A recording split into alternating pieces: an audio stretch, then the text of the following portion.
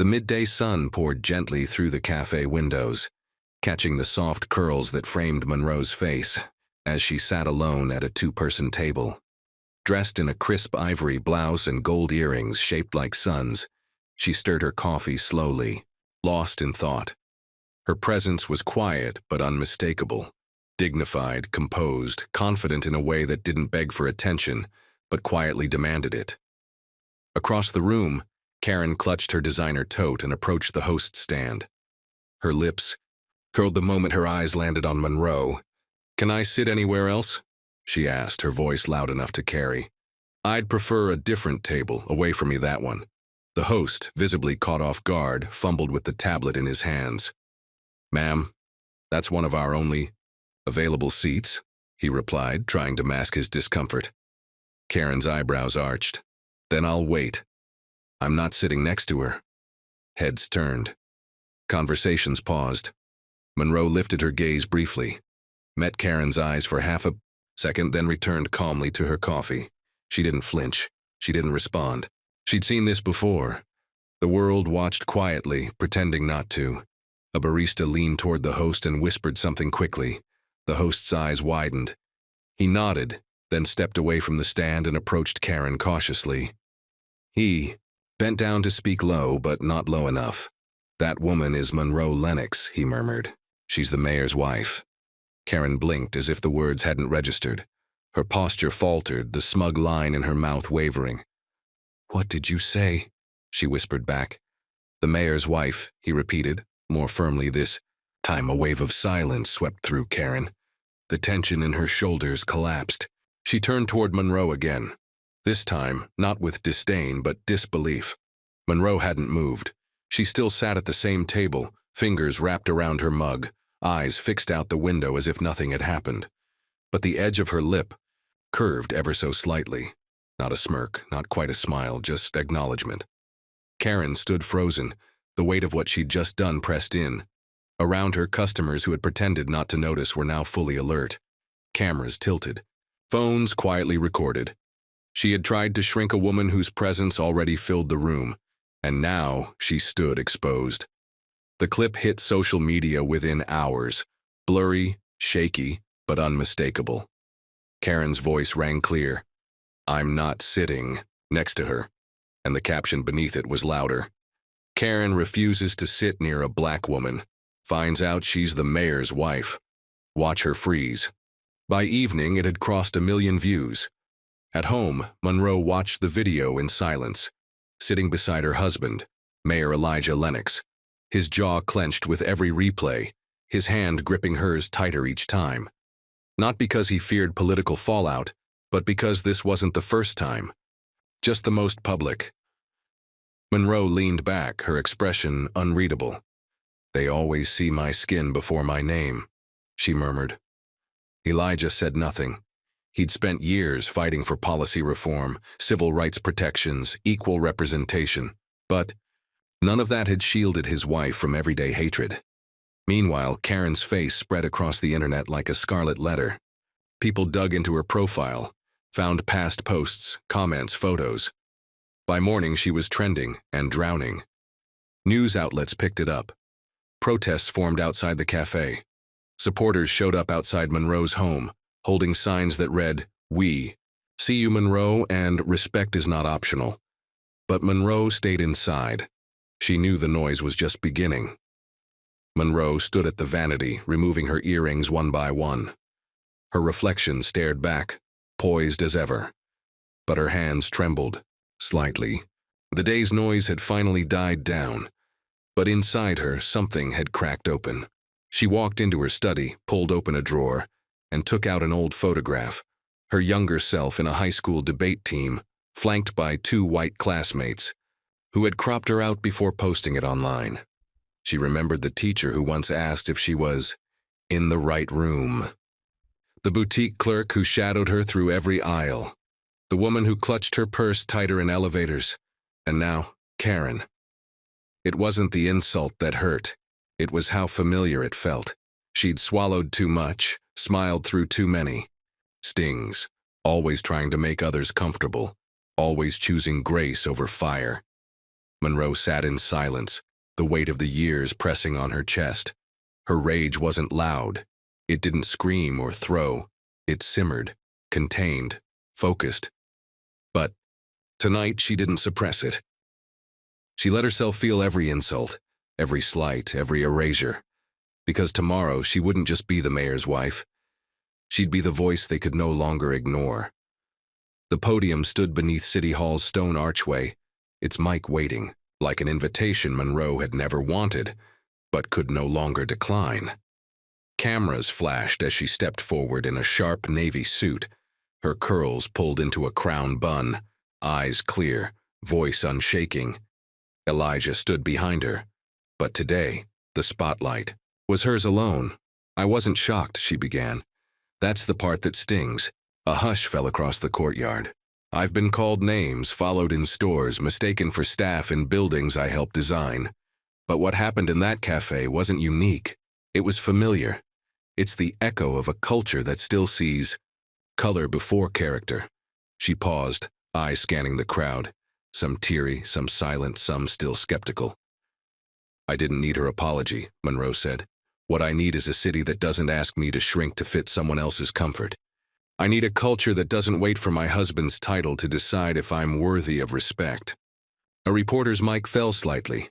No one dared interrupt. "I've worn grace like armor my whole life, but now I wear fire." The crowd erupted, not just in applause, but in awakening. Monroe didn't step down as a victim. She rose as a reckoning. The backlash wasn't late. It was calculated. By midnight, Monroe's inbox overflowed with hate mail.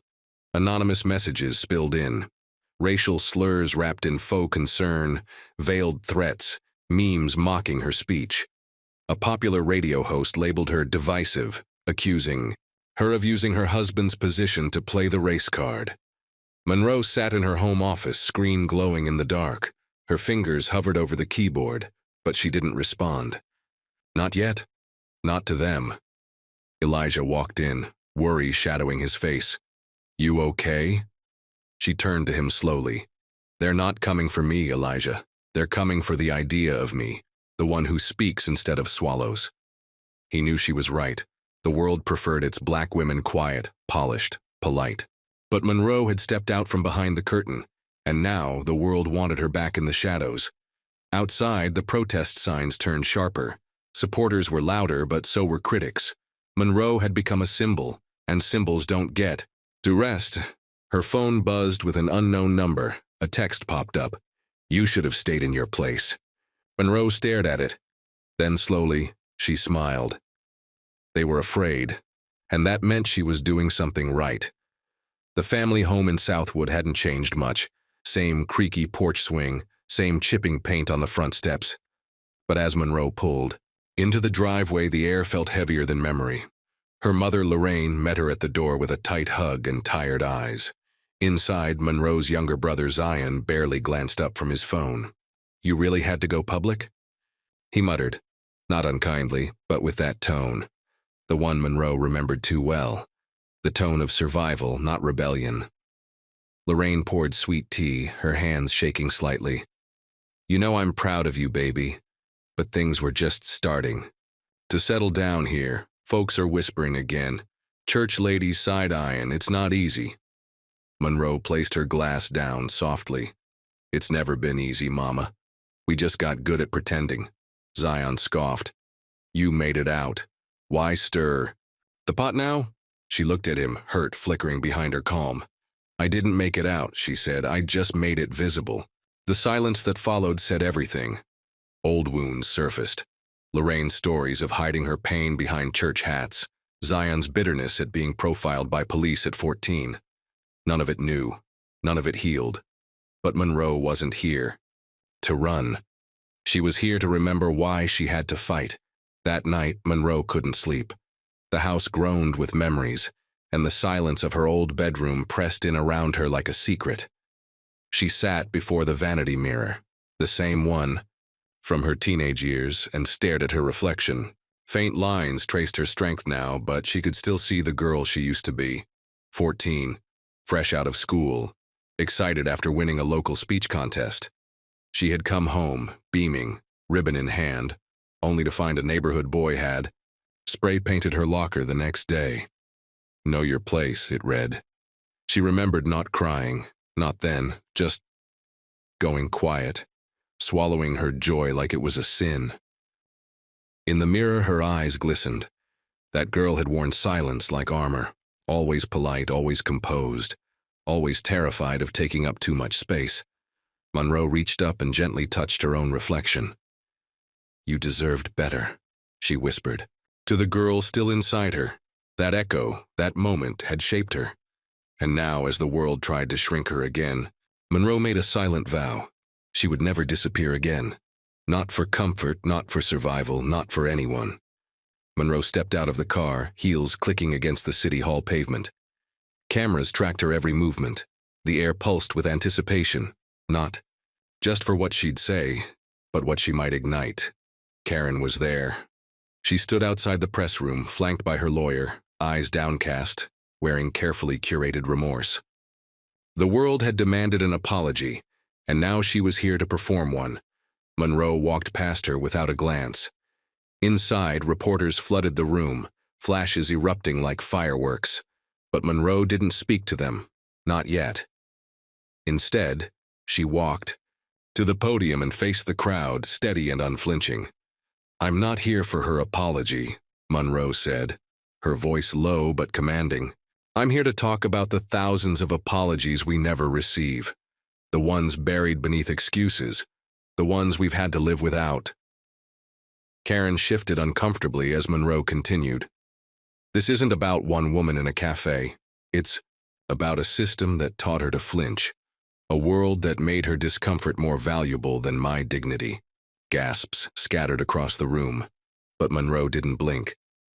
"I've been silent before. I won't be again, and if that burns bridges, let them burn." Outside, chants rose. "We stand with Monroe." Silence had once protected her.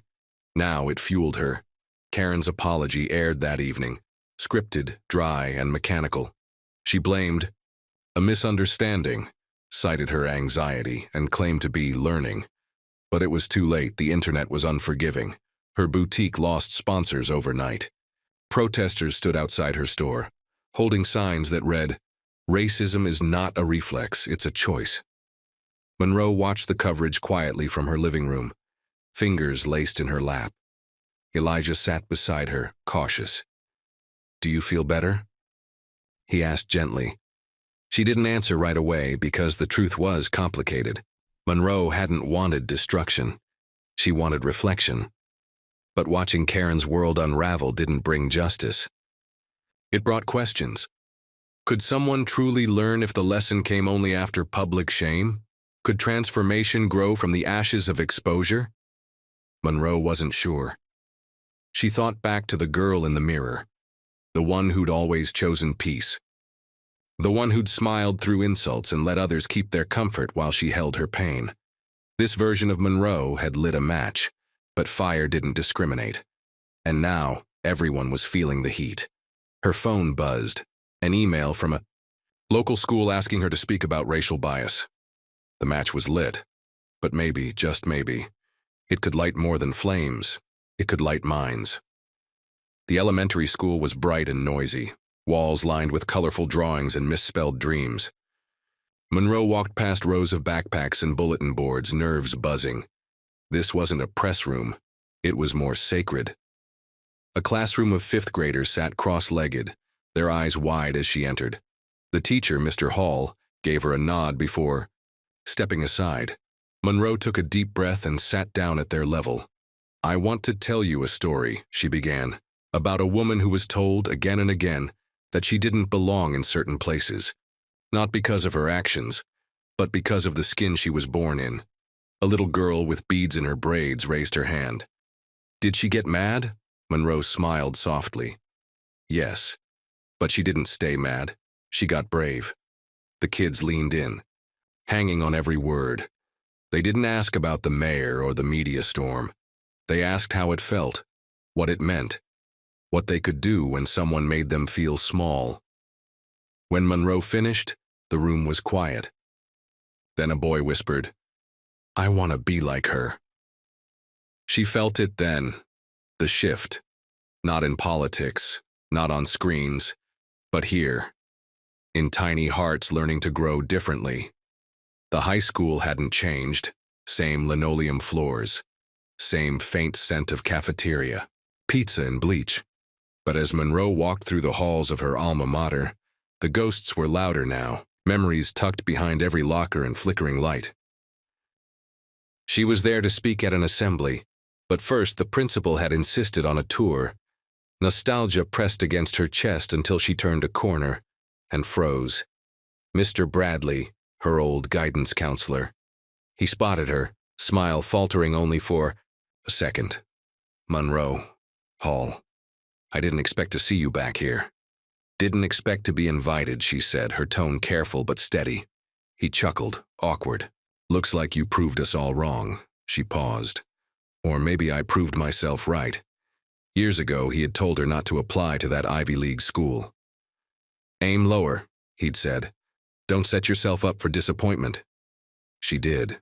Anyway, and she got in. That moment had planted a seed she couldn't name back then. Not quite doubt, not quite fury, but something that never left her. Now as they stood in the same hallway, she didn't need an apology. She was the apology. She had become everything they thought she couldn't be, and she was just getting started. The streets pulsed with energy, signs raised, chants echoing through the city as hundreds gathered for the Unity March. Monroe walked at the front, surrounded by students, parents, elders, and strangers who now felt like kin. It wasn't just about her anymore. It never was, but tension slithered beneath the surface. Police cruisers lined the edge of the crowd. Opposing protesters loomed at street corners, holding signs that screamed denial wrapped in patriotism. Monroe felt eyes on her, the city, the country, maybe the world, waiting to see if she'd break. Rain clouds gathered above, thick and gray. Someone shouted from the sidelines, voice sharp and bitter. A bottle arced through the air, shattering near her feet. The crowd stiffened. Some backed away. Monroe didn't flinch. She stepped forward, raised the mic to her lips and spoke, not to fight, but to steady the storm. We are not threats. We are not shadows. We are the children of resistance, and we will not run. The crowd roared, voices rising louder than fear. A tear rolled down Monroe's cheek, not from fear, but from something deeper. Defiance rooted in love. The sky cracked open, releasing rain in waves, but no one left. They stood, soaked and unshaken, because the storm didn't break them. It baptized them. Back home, still damp from the march, Monroe rummaged through a chest in the attic, searching for quiet. What she found instead was a faded box tied with twine, tucked beneath blankets that smelled like cedar and thyme. Inside were dozens of letters, each one addressed, none mailed. They were her grandmother's. She sat on the attic floor, heart thudding as she unfolded the first. Dear Mr. Whitmore, you humiliated me in front of the entire staff today. I smiled, but I felt the sting. I wanted you to know that I knew it wasn't a joke. Monroe's breath caught. Every letter a wound with no closure. Her grandmother, who had scrubbed white families' floors with grace, had held oceans inside. Her chest and never let them spill. To the girl who followed me around the store, I saw you clutch your purse. I smiled anyway. Tears streamed as Monroe read them one by one. Her grandmother hadn't been silent. She had just never been heard. These weren't complaints. They were testimonies, proof that pain had always found paper when it couldn't find ears. Monroe lit a candle beside the open box. She wouldn't let those letters die in dust. She would give them voice. She would be the echo they never got to hear. The article dropped overnight, unsigned, cold, and cutting. Would Monroe Hall have risen so quickly if not for her husband's title? If not for the color of her tragedy? The words sliced deeper than expected, not because they were true, but because they echoed every whisper she had grown up trying to outrun. Monroe. Her mother had chosen the name deliberately. Powerful, neutral, hard to stereotype. But no name could soften the sharpness of skin. No degree could shield her from suspicion. No achievement was safe from scrutiny. The op-ed went viral. Support poured in, but so did doubt. News anchors debated her merit. Comment sections became battlegrounds. Monroe sat on the edge of her bed staring at her reflection. Flawed, fierce, exhausted. Not once had she asked for fame. She had only demanded fairness. Still, her ambition became arrogance. Her calm became calculation. Her identity became political. She remembered being 8, correcting a teacher who mispronounced her name, and watching the smile fade from his face.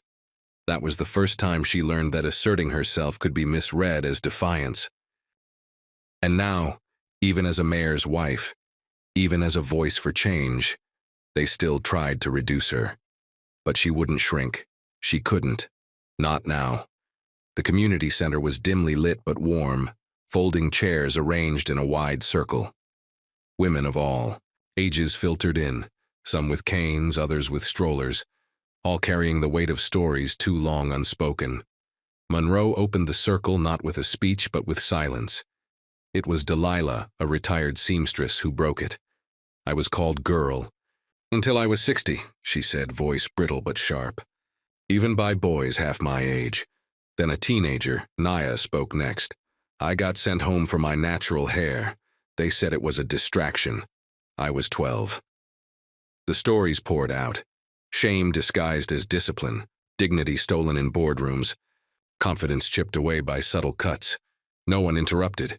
They didn't need to. Monroe sat among them, heart full and heavy. Each voice a thread weaving something ancient and sacred, not a tapestry of pain, but of power. They weren't broken. They were stitched together. By the time the circle closed, tears had dried into resolve. They stood holding hands, not as victims, but as architects of a future built by truth. This was more than healing. This was reclamation. A reminder that the fight didn't start with them, and it wouldn't end with them either. The long mahogany table gleamed under the chandelier's cold light. Suits and smiles filled the room, polished, practiced, powerful. Monroe adjusted her blazer, not to impress, but to armor up. She was the only black woman at the summit. She noticed. So did everyone else. Introductions flew around like tennis balls. Words like equity and diversity floated in the air, sterilized, and safe. When it was Monroe's turn to speak, she stood. Not for drama, but for dignity. I didn't come here to be a checkbox, she said, steady. Or to decorate your agenda with buzzwords. The room stiffened. I came here because people like me are tired of building bridges just to watch others cross them while we drown. A few heads nodded. Most looked uncomfortable. One man tried to pivot the conversation. Something about economic growth. She didn't let him. You want growth? Monroe asked. Start by listening. Start by redistributing not just funds, but power, access, respect, silence. No applause, no rebuttal, just a quiet shift. She had taken the seat and made it matter because presence alone wasn't power, but presence with purpose. That was revolution. The clip of Monroe's speech at the summit went viral, shared, dissected, praised, and weaponized. News outlets ran it in loops. Hashtags swelled. Supporters called her a truth-teller. Critics labeled her divisive.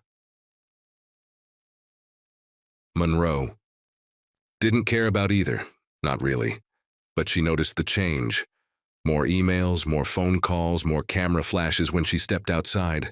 She had become a symbol of what exactly depended on who was watching. Then came the leak.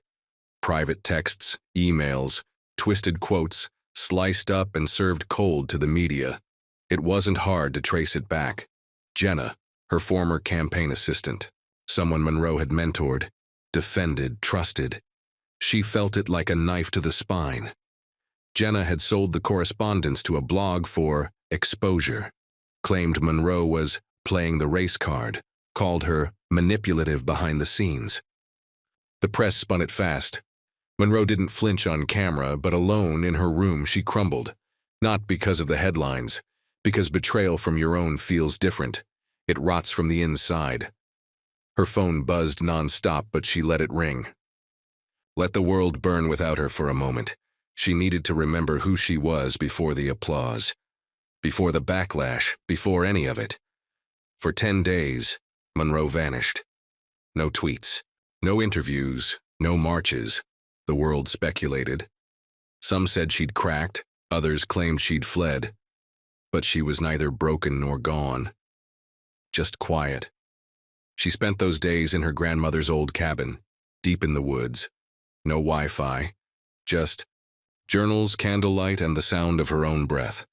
She read every letter again, walked barefoot in the grass, let herself feel it all: rage, shame, sorrow, and something deeper, clarity.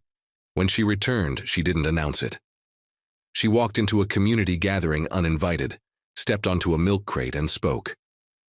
I've been burned. By enemies. By friends. But fire doesn't only destroy, it purifies. The crowd fell silent. I forgot something in the noise, she continued. That my voice isn't borrowed, it's inherited. From women who had less and said more. I'm not here for followers. I'm here for a future. Tears welled in eyes around her. Phones stayed down. For once, the moment lived beyond screens. We've been taught to shrink, to soften, to disappear, but we're done surviving. We're here to shape, to shake, to stand. Applause rose, not wild but warm, like dawn after a storm. Monroe had returned, not as a figure but as a flame. The hallway outside the governor's private office was lined with portraits, white smiles in golden frames. Monroe paused beneath one, her own reflection ghosted in the glass. She didn't knock, she walked straight in. Governor Langston looked up, startled but unsurprised. Didn't expect you so soon, he said. I'm not here for pleasantries. Monroe replied. This was the man who had once shaken her hand at a gala, praising her poise, only to veto a bill she'd championed a week later, one aimed at protecting marginalized communities from housing discrimination. You blocked progress. To protect power, she said. You used my image, my grief, then buried my efforts. Langston stood.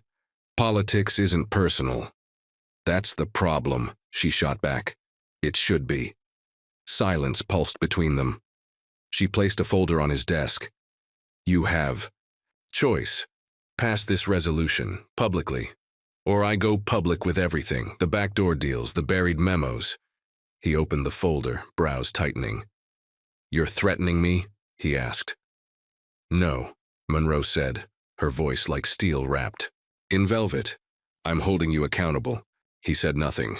She walked out, leaving the door open behind her. Sometimes change doesn't knock politely. Sometimes it kicks down the last door standing. The town square was nearly unrecognizable. What once stood as an empty patch of grass now held something permanent, raw, real, and unmovable.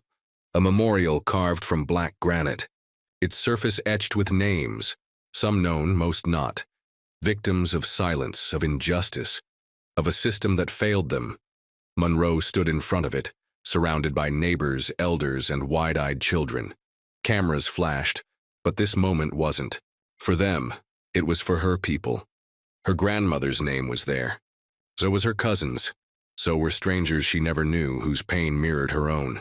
The mayor stood beside her, a man who once questioned her boldness but now quietly followed her lead.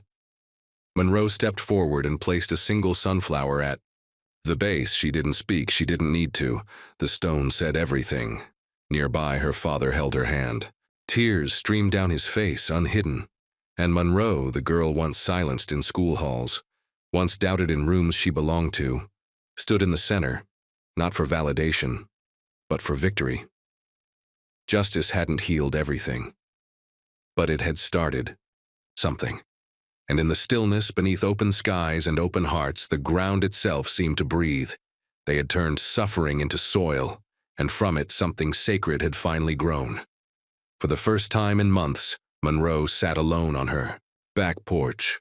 No speeches to prepare, no fires to put out. Just her, a mug of tea, and the faint hum of summer cicadas. The air was still, like the world had taken a breath with her. She didn't know how to be still anymore. A knock broke the quiet. She opened the door to find Zaire, her ex-husband. They hadn't spoken in nearly a year, not since everything fell, part under the weight of her rising platform and his growing distance. "I saw the memorial," he said. "It was something." Monroe didn't respond. She motioned for him to sit. They talked, not like before. No sharp edges or bitter tongues, just truth. He apologized, not just for leaving, but for not showing up when it mattered, for being afraid of her light, and resenting how brightly she burned. "I thought I lost you," he said. "You did," Monroe answered gently. "But maybe we both lost who we were." He nodded, tears in his eyes. The sun dipped lower. She didn't promise reconciliation, but she offered understanding. Sometimes revolution means returning to yourself, and sometimes healing means letting someone see you, without the armor, even if just for a moment. The marble floors of the state capitol echoed beneath Monroe's heels as she walked, steady and unshaken. This wasn't her first time here, but today was different. Today the bill bore her name, the Monroe Equity Act. It was bold, it was sweeping, and it had already stirred up a hornet's nest behind closed doors. Inside the chamber, opponents whispered. Allies nodded. Some smiled at her out of obligation, others with quiet respect. Monroe didn't look for either. Her eyes were on the speaker's podium. When called to present, she stepped up, not as someone asking for permission, but as someone claiming space. She spoke of land stolen, bodies broken, futures stolen. She didn't plead, she pressed. This bill isn't a favor to the underserved. It's justice long past due. Her voice rang through the chamber like church bells.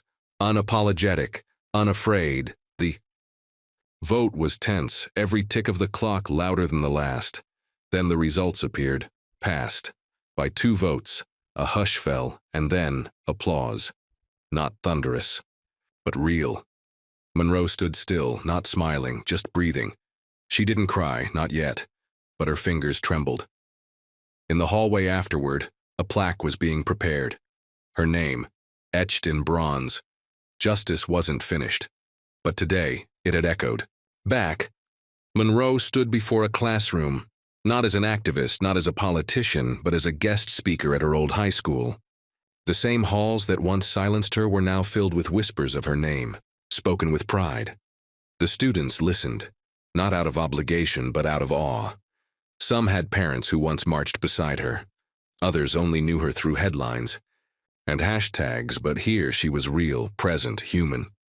She didn't speak of victories, she spoke of fear, of loneliness, of the night she almost gave up, and how every moment of doubt had carved something unshakable in her spirit. Change doesn't start with a stage, she said, eyes scanning the young faces. It starts in rooms like this, with questions, with voices, with courage. In the back, a girl raised her hand. Brown skin, braided hair, wide eyes. "I want to be like you," she said. Monroe smiled gently. "No, you be like you. I just cleared the path." Afterward, she sat alone under the oak tree out front, once a place she used to hide during lunch. Now it stood like a sentinel. The wind moved through its branches like a hymn. Her story was no longer hers alone. It had become ours. She spoke of land stolen, bodies broken, futures stolen. She didn't plead. She pressed. This bill isn't a favor to the underserved, it's justice long past due. Her voice rang through the chamber like church bells. Unapologetic, unafraid. The vote was tense. Every tick of the clock louder than the last. Then the results appeared, passed by 2 votes. A hush fell. And then applause, not thunderous, but real. Monroe stood still, not smiling, just breathing. She didn't cry, not yet, but her fingers trembled. In the hallway afterward, a plaque was being prepared. Her name, etched in bronze. Justice wasn't finished, but today, it had echoed back. Monroe stood before a classroom, not as an activist, not as a politician, but as a guest speaker at her old high school. The same halls that once silenced her were now filled with whispers of her name, spoken with pride. The students listened, not out of obligation, but out of awe. Some had parents who once marched beside her. Others only knew her through headlines and hashtags. But here, She was real, present, human. She didn't speak of victories. She spoke of fear, of loneliness, of the night she almost gave up, and how every moment of doubt had carved something unshakable in her spirit. Change doesn't start with a stage, she said, eyes scanning the young faces. It starts in rooms like this, with questions, with voices, with courage. In the back, a girl raised her hand. Brown skin, braided hair, wide eyes.